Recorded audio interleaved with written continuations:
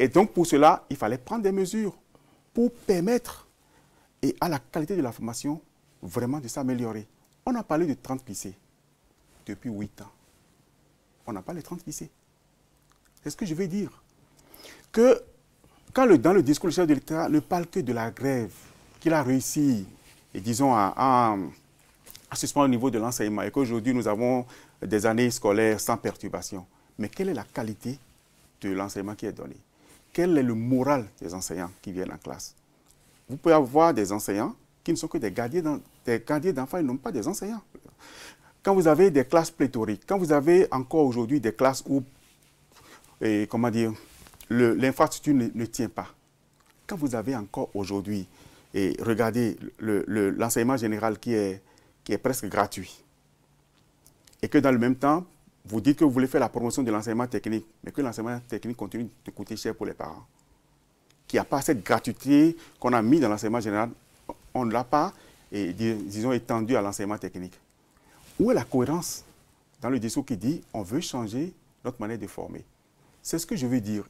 Pour dire, on ne peut pas considérer qu'on a déjà tout fait tout bien. Il y a toujours des aspects dont il faut tenir compte. Et le meilleur moyen de tenir compte de la majorité des aspects qu'on doit toucher, c'est le dialogue, c'est l'ouverture, c'est discuter avec les autres et ne pas considérer qu'on a l'intelligence achevée, qu'on a besoin d'aucun avis autre que des gens qui vont venir dire vous faites tout bien. C'est désolant en fait. Quand vous regardez l'école aujourd'hui, c'est désolant. J'ai parlé dans mon test de l'expérience de l'anglais au primaire. Au primaire, oui.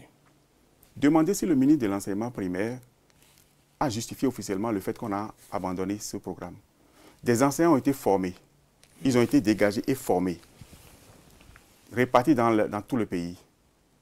Du jour au lendemain, on leur a dit le programme s'arrête sans aucune explication.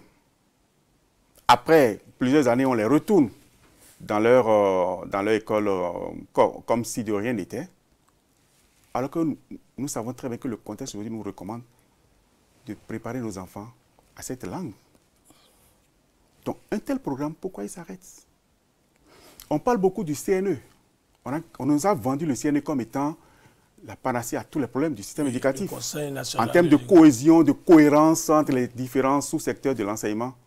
Mais aujourd'hui, allez discuter avec les cabinets de nos ministères de l'enseignement et on vous dira que le CNE est regardé comme un ralentisseur de toutes les décisions.